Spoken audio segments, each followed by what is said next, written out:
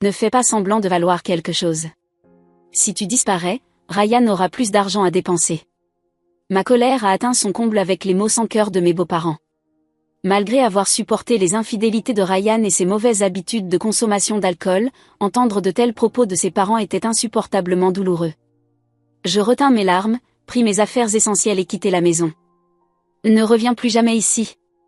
En sortant, la voix de ma belle-mère résonnant derrière moi, je ne pouvais retenir mes larmes, mais je jurai dans mon cœur que cela ne finirait pas ici. Je sortis mon téléphone et appelai la banque. Faites geler tous les comptes au nom de Ryan. Je m'appelle Ellie. J'ai perdu mes parents quand j'étais jeune et j'ai été élevée par ma grand-mère. Mon grand-père était décédé avant ma naissance, donc je ne l'ai jamais rencontré. Ma grand-mère a dépensé tout l'héritage de mes parents et de mon grand-père pour mon éducation. Elle m'a même fait passer le lycée. Je pensais toujours qu'il viendrait un jour où ce serait à mon tour de m'occuper d'elle, mais elle est décédée. Sans ma chère grand-mère, je me retrouvais complètement seule. Bien sûr, je ne pouvais pas me permettre d'aller à l'université, mais je voulais faire quelque chose de significatif, alors j'ai étudié intensivement et passé le concours de la fonction publique. J'ai réussi et ai pu rejoindre la police comme je l'avais espéré. 5 ans plus tard, j'ai rencontré Ryan par l'intermédiaire d'un ami. Il avait 3 ans de plus et travaillait dans une petite entreprise dirigée par un ami. Il était agréable à vivre et soutenait mon travail. Après 1 an de relation, je lui ai dit que je n'avais pas de famille. J'avais peur qu'il me prenne en pitié, mais il répondit différemment. Alors peut-être que je deviendrai ta famille, Ellie. J'ai laissé échapper un « quoi » surpris, sans comprendre ses intentions, mais Ryan était sérieux. Je ferai en sorte que tu sois heureuse, Ellie, dit-il en sortant une bague de sa poche. Je ne pouvais retenir mes larmes et accepter sa proposition, pleurant. C'est ainsi que nous nous sommes mariés. Je pensais que nous commencerions une nouvelle vie ensemble en tant que couple marié, mais Ryan avait d'autres projets. Tu envisagerais de vivre avec mes parents? Ryan suggéra que nous vivions avec ses parents. Apparemment, il voulait vivre avec nous en tant que couple. Mes parents t'aiment vraiment, Ellie. Si tu es d'accord, je pense que ce pourrait être une bonne idée. Il dit cela un peu maladroitement, mais j'étais ravie. Et bien sûr, vivons ensemble. Attends, tu es sûr? Ryan avait l'air surpris, mais je hochai la tête avec un sourire. Nous annonçâmes rapidement à ses parents que nous vivrions avec eux. Ayant grandi avec seulement ma grand-mère, cela avait toujours été mon rêve de vivre avec une grande famille. Je savais qu'il y aurait des conflits, mais je croyais que nous aurions des jours plus heureux ensemble. C'est pourquoi j'étais heureuse d'accepter l'idée de vivre avec eux. Cependant, la réalité s'est avérée bien loin de la paix. Dès que nous avons commencé à vivre ensemble, j'étais responsable de toutes les tâches ménagères. Mon beau-père, Brian, était à la retraite et ma belle-mère, Heather, était femme au foyer, donc ils étaient à la maison tous les jours. Mais ils ne montraient aucune intention d'aider aux tâches ménagères. Ellie, il y a des assiettes qui traînent. Je suis désolée, mais pourrais-tu aider un peu? C'est difficile de tout gérer toute seule. Les tâches ménagères sont le devoir de la femme. Fais-le, c'est tout. Elle refusa de faire un compromis. J'ai aussi demandé à Ryan de m'aider dans les tâches. Je suis occupée aussi. Désolée, mais tu peux t'en charger, Ellie. Il dit cela avec un demi-sourire. Heather entendit et me réprimanda. Un autre jour, je demandai à Ryan de récupérer quelque chose que j'avais oublié d'acheter après son travail. Malheureusement, Heather l'a pris. Ryan a travaillé dur toute la journée. Comment oses-tu lui demander de faire des tâches futiles? Elle me réprimanda, le visage rouge de colère. Quand nous nous sommes mariés, mes beaux-parents semblaient être des gens différents. On est soulagé d'avoir quelqu'un comme toi pour femme de Ryan. Ça n'a pas dû être facile avec notre famille, hein? Ils avaient dit des mots gentils comme ceux-ci quand nous nous étions rencontrés. Mais maintenant, dès que je donnais mon avis, j'étais critiquée. On ne me permettait pas de demander de l'aide ou de réduire mes responsabilités.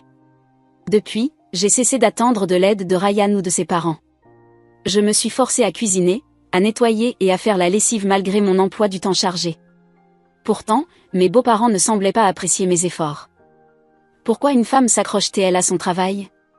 Tu ne dois même pas gagner beaucoup d'argent, Brian me regarda en disant cela. Quitte ton travail et occupe-toi de la famille. C'est là que réside le bonheur d'une femme, Heather m'interrompit avant que je puisse répondre. Une femme doit se consacrer à son mari et à sa famille. Travailler sans remplir cette responsabilité, c'est mal. Brian ne me regardait même pas. Il m'interrompait chaque fois que j'essayais de partager mes pensées.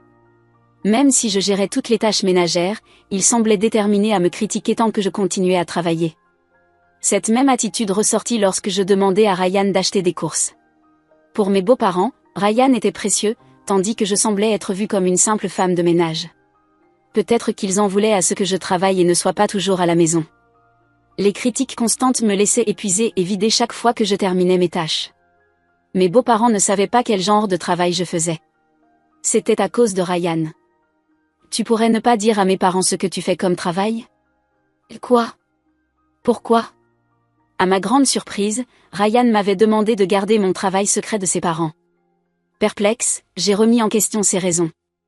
Je gère une petite entreprise. Mes parents pensent déjà que j'ai assez de pression.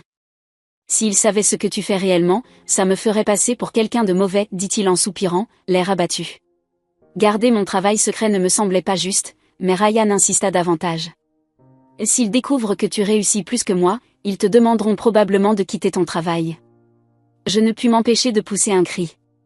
Les parents de Ryan étaient vieux fashioned, valorisant les hommes comme les pourvoyeurs de fonds. S'ils savaient que je gagnais plus, cela ne se passerait probablement pas bien. Mais je pensais que Ryan en faisait trop. Pourtant, il restait inflexible, alors j'ai accepté à contre-cœur. Ryan dit à ses parents que je travaillais à temps partiel dans une usine. Cela les amena à me voir comme une femme sans ambition, médiocre, qui ne remplissait pas ses devoirs. Une travailleuse à temps partiel comme toi ne devrait pas se donner des airs, ricana Brian, tandis que Heather me regardait comme si j'étais sans valeur. Mais je refusais d'abandonner mon travail. C'était ma passion et cela signifiait tout pour moi. Malgré leurs insultes constantes, je n'avais pas l'intention de l'abandonner. Un jour, Ryan rentra tard. Le travail a été intense ces derniers temps, dit-il, fatigué. Mais à partir de ce jour-là, il commença à rentrer vers minuit. Il commença aussi à rester dehors toute la journée le week-end. Au début, je pensais qu'il prenait du temps pour se détendre après le travail, mais avec le temps, j'ai commencé à me sentir suspicieuse. Récemment, tu rentres tard et tu sors plus souvent. Où vas-tu? C'est le travail. Je t'ai pas dit que les choses étaient occupées? Je travaille même le week-end. Quand j'ai insisté, Ryan répondit d'un ton désinvolte, sans me regarder dans les yeux, ce qui n'a fait qu'accroître mes soupçons. Tu me caches quelque chose? Il n'y a rien à cacher, répondit Ryan, légèrement agacé, me jetant un coup d'œil furtif. Je voulais des clarifications, mais à ce moment-là, Heather entra dans la pièce. Elle est contrariée parce que je rentre tard. Qui te crois-tu pour lui poser des questions? Heather me lança un regard furieux tandis que Ryan semblait soulagé de son interruption. Parfois, tu travailles tard la nuit, mais je n'ai aucun moyen de savoir si c'est vrai, dis-je, ma voix devenant plus forte à mesure que ma frustration grandissait. Heather, cependant, m'interrompit immédiatement. C'est toi qui es suspicieuse. Arrête de semer le trouble juste parce que Ryan rentre tard. Je m'excusai alors qu'elle me criait dessus, et tous deux quittèrent la pièce, me laissant là, choquée et incapable de bouger. Plus tard, quand je suis retournée dans notre chambre, Ryan semblait désolé. Je suis désolée, Ellie. Que veux-tu de moi? Tu veux que j'abandonne mon travail comme tes parents ne cessent de le suggérer? Je lui demandai cela, et Ryan parut déconcerté. Si j'arrête de travailler, je ne pourrai pas soutenir tout le monde seul, dit-il. Sa réponse me surprit, car mes revenus étaient bien plus élevés que les siens. Pourtant, il insista pour garder mon travail secret auprès de ses parents. Je me demandais s'il y avait un avantage à ce secret, mais je n'ai pas pu le lui dire à ce moment-là. Je croyais toujours en Ryan. Le harcèlement de mes beaux-parents ne fit que s'intensifier après cela. Ryan commença à me critiquer ouvertement devant eux, trouvant des défauts dans tout ce que je faisais. Il se plaignait même des repas que je préparais, peu importe combien de soins je leur accordais. Heather imposait des restrictions strictes sur moi. Quand j'essayais de prendre un bain, elle éteignait le chauffe-eau, prétendant que c'était du gaspillage.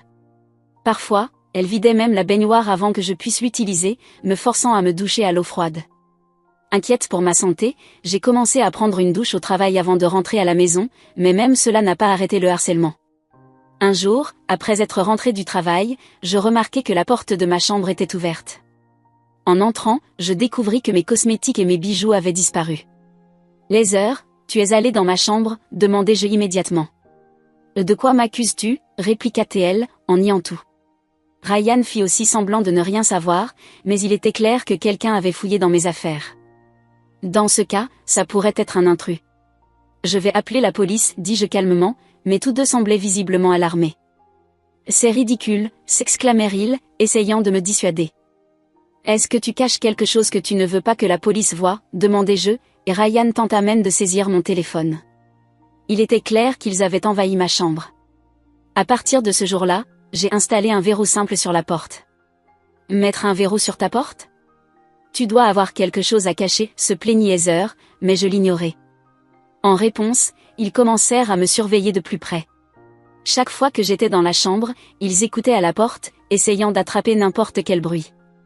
Si je répondais au téléphone, Heather demandait « Tu parles à qui? Tu as une liaison ?» Si je faisais des tâches ménagères, Ryan venait me dire « Dépêche-toi de finir. » Est-ce que tu travailles vraiment, ou tu fais juste semblant? Je me sentais plus nerveuse chez moi qu'au travail.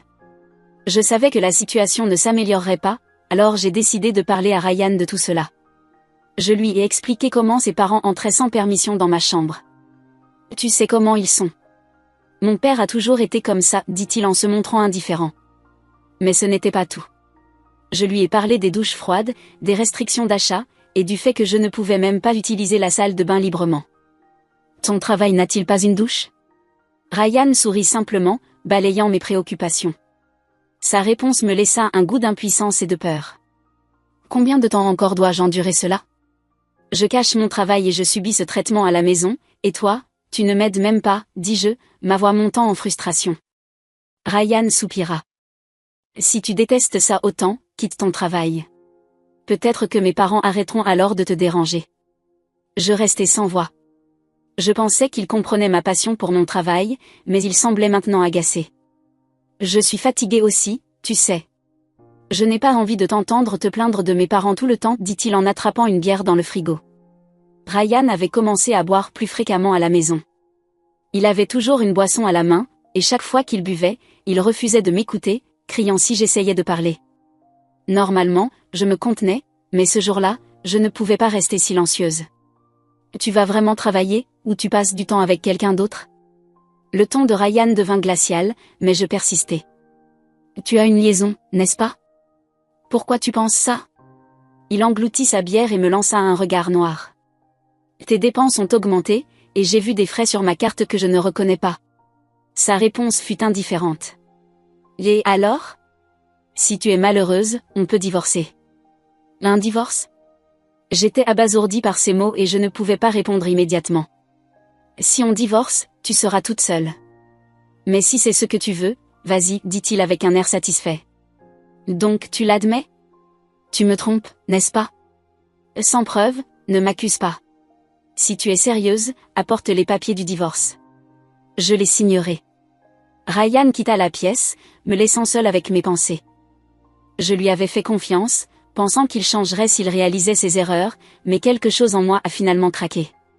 Ryan refusait de me protéger, et mes beaux-parents continuaient à m'opprimer. Sans connaître la vérité, j'ai décidé qu'il n'y avait plus de raison de me sacrifier pour des gens comme eux. J'ai passé un appel pour mettre les choses en mouvement. Le lendemain matin, Ryan était encore sorti toute la nuit. Alors que je préparais le petit déjeuner après ma nuit de travail, Brian remarqua bruyamment depuis la cuisine, encore dehors toute la nuit? Qui sait ce qu'elle fait là-bas? Je soupirai et apportai la nourriture à la table. Je t'ai dit que je fais des quarts de nuit. Pourquoi es-tu toujours aussi suspicieux? J'essayais de garder ma frustration sous contrôle, mais Brian me lança un regard noir. Tu dis que c'est un quart de nuit, mais tu es probablement là-bas à tromper. Ne me parle pas comme ça. Pendant qu'il parlait, Heather acquiesça de manière évidente, visiblement ravie. Leurs paroles firent monter ma colère à son comble. C'était déjà assez douloureux de supporter les habitudes de séducteur et d'alcoolique de Ryan, mais entendre cela de ses parents était insupportable. Il semble inutile de vous expliquer quoi que ce soit. Je m'en vais. Je retenais ma rage, allai dans ma chambre et commençai à faire mes valises. Je le savais. Dépêche-toi de divorcer de Ryan. Tu caches sûrement quelque chose. Tu n'es rien d'autre qu'un parasite, mes beaux-parents continuaient à lancer des insultes, mais je les ignorais en portant mes sacs jusqu'à la porte d'entrée. Si tu t'en vas, l'allocation de Ryan augmentera. Je suis sûre qu'il sera content de ça, dit Heather, me suivant jusqu'à la porte. Une femme comme toi n'est pas ce qu'il lui faut. J'en ai assez. Merci pour tout et ne reviens jamais. Avec ces derniers mots résonnant derrière moi, je partis, les larmes coulant sur mon visage, mais je ne m'arrêtai pas. Je me promis que ce n'était pas fini. Je sortis mon téléphone et passai un appel. L'appel était destiné à la banque. Je me présentai et dis fermement, veuillez geler tous les comptes au nom de Ryan. De cette manière, ils feraient face aux conséquences de leurs actes. Comme prévu, le lendemain, mes beaux-parents m'appelèrent. Que se passe-t-il? Le compte et les cartes ne fonctionnent plus. Ryan avait l'air furieux au téléphone. Il avait probablement essayé de faire un achat en ligne, ou Heather avait peut-être essayé de retirer de l'argent à un distributeur automatique et avait échoué. Tu as dû voler de l'argent sur le compte de Ryan. C'est un crime, tu sais. Il semblait pressé de m'accuser de vol, mais il ne pouvait pas être plus dans l'erreur. Il était temps de révéler la vérité. Je n'ai rien volé. Le compte que vous utilisez est en réalité à mon nom. Le compte joint pour nos économies est aussi à mon nom. Ne sois pas ridicule. Une petite salariée comme toi n'aurait pas cet argent. Ryan rit, mais je tins bon. Vérifie les cartes de crédit dans le tiroir. Elles sont toutes à mon nom. Ce n'est pas possible. Je les entendais fouiller pour vérifier les cartes. Après quelques instants, j'entendis un cri à l'autre bout du fil. Pourquoi tout est à ton nom, même les cartes de crédit? Tu as dû changer les noms surtout. C'est de la fraude. Ils étaient paniqués, essayant de comprendre la situation, mais ils ne faisaient que chercher des excuses. Ryan est au chômage. C'est pourquoi les comptes sont à mon nom. Ma voix se fit froide en énonçant cela, et un silence se fit de l'autre côté du téléphone. Il semblait avoir du mal à comprendre ce que je disais. Ryan avait quitté son travail il y a 6 mois après avoir causé des problèmes au travail. Il faisait semblant d'aller au bureau, mais passait ses journées dans des cybercafés. Le détective privé avait révélé qu'il rencontrait aussi plusieurs femmes via des applications de rencontres. Il s'était apparemment impliqué avec la femme de son patron, ce qui avait entraîné sa démission forcée. Dans une petite entreprise comme la sienne, il n'y avait aucune chance qu'il reste après ce scandale. Même après avoir perdu son travail, il continuait de voir d'autres femmes et dépensait tout son revenu de salarié pour elles.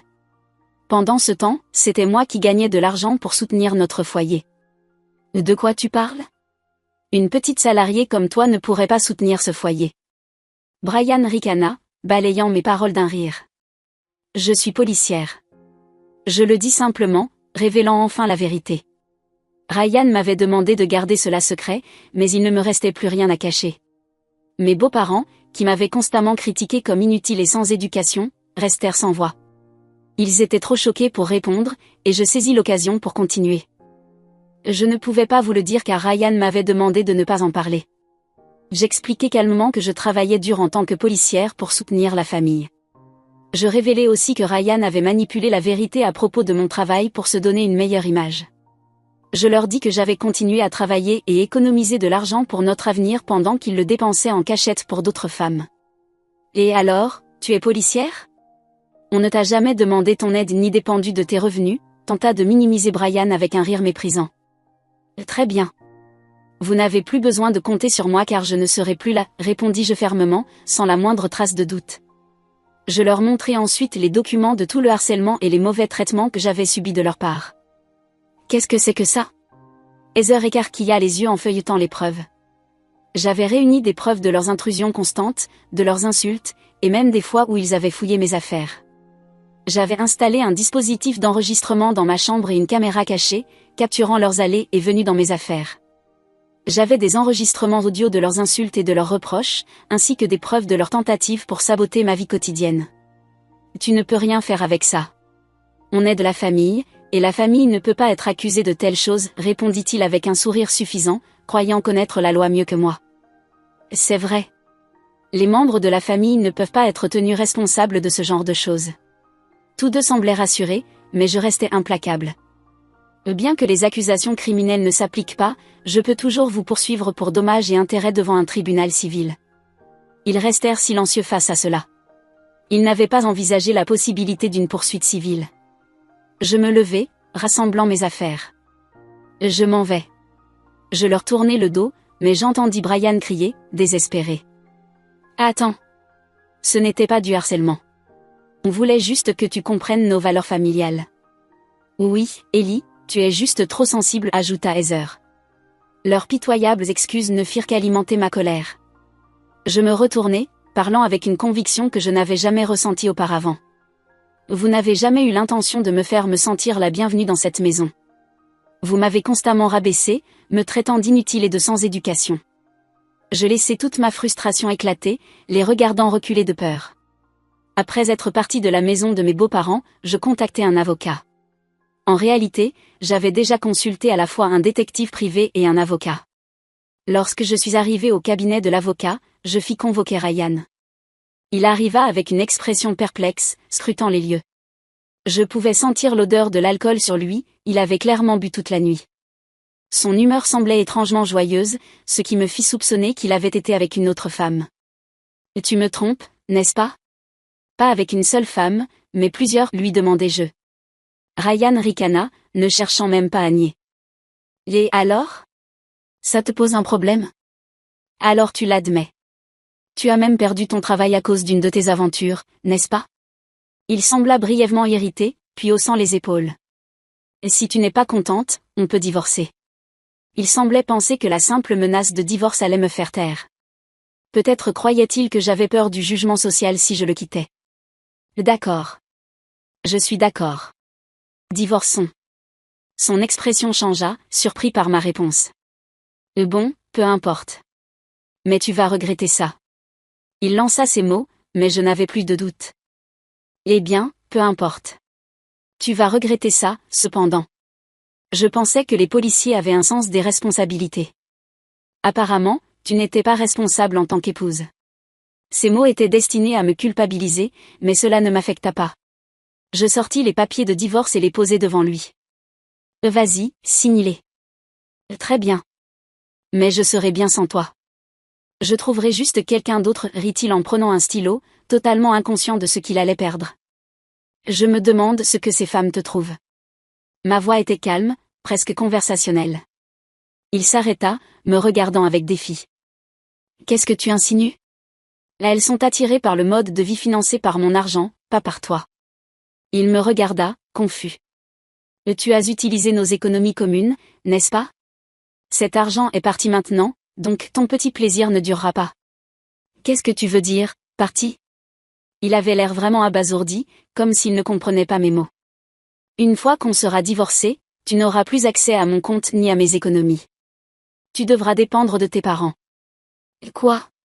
Son visage devint pâle, et il commença à trembler légèrement. La réalité de la situation semblait enfin le frapper. Je suis désolé, Ellie. S'il te plaît, ne va pas jusqu'au divorce. J'ai besoin de toi. Il se rendit compte qu'il perdait son soutien financier et supplia pour que je reconsidère ma décision, mais il était trop tard. Je promets que je vais changer. Mes parents ne te dérangeront plus.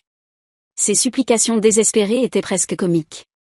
Après tout ce qu'il m'avait fait subir, je ne pus m'empêcher de sourire, amusé par ses paroles prévisibles. C'était comme s'il avait oublié tout le mépris qu'il et ses parents m'avaient montré. Maintenant que sa propre position était en danger, je compris qu'il s'intéressait uniquement à mon argent, pas à moi. Ce que tu veux vraiment, c'est avoir accès à mon argent, n'est-ce pas ? Soutenir tes parents et maintenir ton mode de vie avec un emploi à temps partiel ne sera pas facile. Je dis cela avec un sourire, et son visage se tordit de frustration. En plus, puisque ta tromperie est la cause du divorce, je vais demander une pension alimentaire. Si tu refuses, je vais contacter toutes les femmes avec qui tu as eu des aventures. Les contacter ? Que veux-tu dire ? Murmura-t-il, évitant mon regard.